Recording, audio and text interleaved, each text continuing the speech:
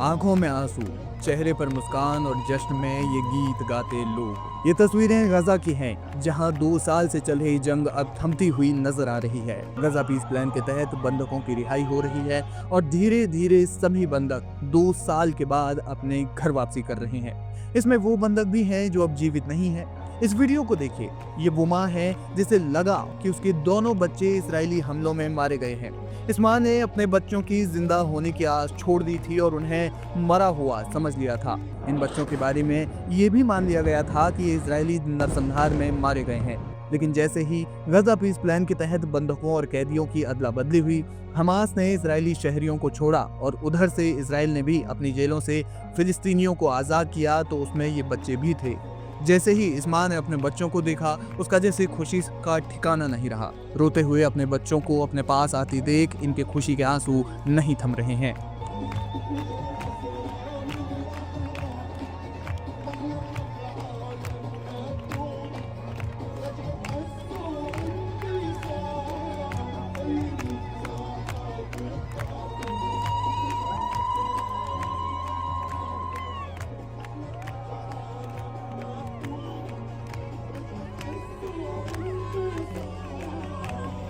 13 अक्टूबर 2025 को इजराइल की जेलों से 250 फिलिस्तीनी कैदियों को और 1750 अन्य हिरासत में लिए गए लोगों की रिहाई के बाद वेस्ट बैंक और गजा में भावुक और उत्साहपूर्ण दृश्य देखने को मिले।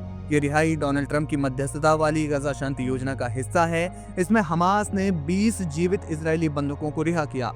फिलिस्तीनियों ने अपने परिजनों की वापसी को जश्न और आंसुओं के मिश्रित भावों के साथ स्वागत किया, जो लंबे समय के बाद अपने प्रियजनों से मिले। सोमवार 13 अक्टूबर को सुबह के पहले उजाले में बिटुनिया की सड़कों पर भीड़ उमड़ पड़ी। ओफर जेल से रिहा हुई कैदियों को लेने वाली बसों का इंतजार करते हुए माएं, बहनें और बच्चे फिलिस्तीनी वो इंतजार कर रहे थे। आपको बता दें कि 1966 कैदी इजराइल की जेल से रिहा हुए। 2 वर्षों की खूनी जंग के बाद गजा पट्टी में शांति की पहली किरण दिखाई देने लगी है।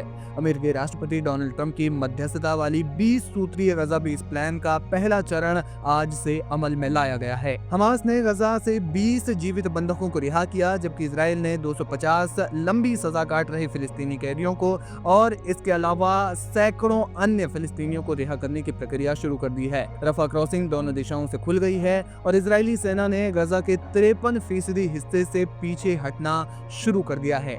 ये घटना न केवल परिवारों के पुनर्मिलन का क्षण है, बल्कि मध्य पूर्व में स्थायी शांति की दिशा में एक ऐतिहासिक कदम भी है। इजरायली सेना ने गजा के उत्तरी हिस्से से पीछे हटना शुरू कर दिया है, जो योजना के 3 चरणों का पहला भाग है। व्हाइट हाउस ने जो मैप साझा किया है, उसके अनुसार पूर्ण वापसी कई चरणों में होगी। रफा क्रॉसिंग खुलने से सहायता ट्रक बढ़ गए हैं। योजना के अनुसार न्यूनतम सहायता 19 जनवरी 2025 के समझौते के स्तर पर होगी, जिसमें बुनियादी ढांचे जैसे जल, बिजली, सीवेज और अस्पतालों और बेकरियों का पुनर्निर्माण शामिल है। गजा में रूबल हटाने के लिए आवश्यक उपकरण भी प्रवेश कर रहे हैं। गजा का प्रबंधन फिलिस्तीनी तकनीकी विशेषज्ञों की एक अस्थायी समिति करेगी, जिसकी निगरानी बोर्ड ऑफ पीस करेगा। इस बोर्ड की अध्यक्षता ट्रंप करेंगे, जिसमें पूर्व ब्रिटिश पीएम टोनी ब्लेयर भी शामिल होंगे। हमास का कोई प्रत्यक्ष या अप्रत्यक्ष भूमिका इसमें नहीं होने की बात कही गई है, लेकिन शांतिपूर्ण सह अस्तित्व चुनने वाले सदस्यों को क्षमादान मिलेगा। हालांकि दूसरी ओर हमास ने हथियार डालने को लेकर साफ इनकार कर दिया है। उन्होंने इजराइल को सीधे तौर पर धमकी दी है कि अगर गजा में जंगबंदी समझौते का दोबारा उल्लंघन किया गया तो वे पूरी ताकत के साथ लड़ेंगे। जब हमास ने इजरायली बंधकों को रिहा किया तो उस समय उनकी फौज देखी गई, भारी भीड़ हमास के लड़ाकों की देखी गई। इसका ये मतलब था कि वो कम नहीं हुए हैं, पूरी ताकत के साथ आगे भी लड़ेंगे। बहरहाल गजा पीस प्लान से संबंधित जो कुछ भी अपडेट होगा, वो अपडेट लाइव हिंदुस्तान आप तक पहुंचाता रहेगा।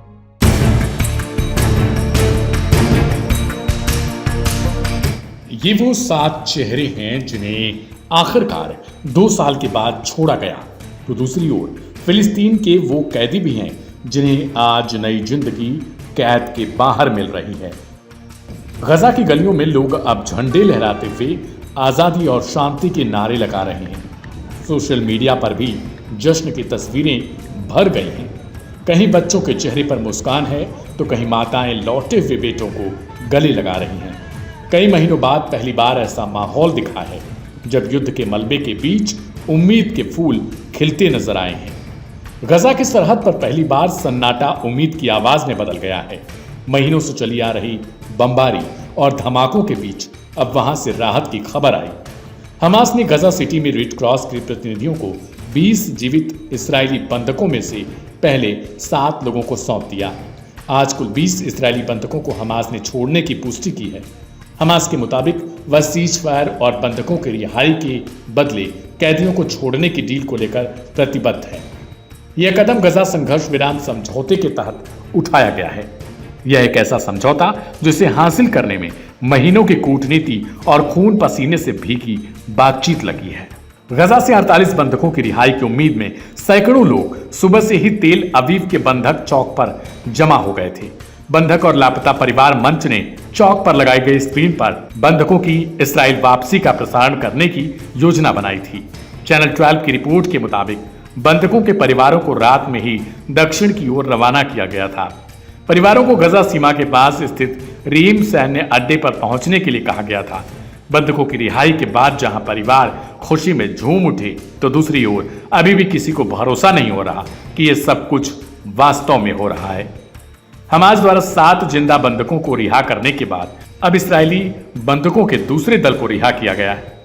रेड क्रॉस की टीम दक्षिण गजा के मीटिंग पॉइंट तक पहुंच गई है। इस बीच अमेरिकी राष्ट्रपति डोनाल्ड ट्रंप इस्राएल भी पहुंचे हैं।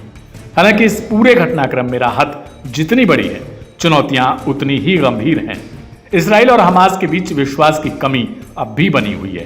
ट्रंप की शांति योजना के तहत अगले चरण में गजा से इस्राएली सेना की क्रमिक वापसी, राहत सामग्री की खुली आपूर्ति और कैदियों की अदला बदली के नए दौर की बात कही गई। लेकिन सवाल यह है कि क्या यह युद्ध विराम स्थायी साबित होगा या यह भी बीते संघर्ष विरामों की तरह कुछ दिनों का समझौता बनकर रह जाएगा। ट्रंप ने अपनी यात्रा से पहले कहा था, गजा को अब युद्ध नहीं इंसानियत चाहिए। मिस्र और कतर जैसे देशों की मध्यस्थता इस समझौते को जमीन पर टिकाए रखने में अहम होगी। अंतर्राष्ट्रीय समुदाय भी इसे पश्चिम एशिया में शांति की दिशा में सबसे बड़ा कदम मान रहा है।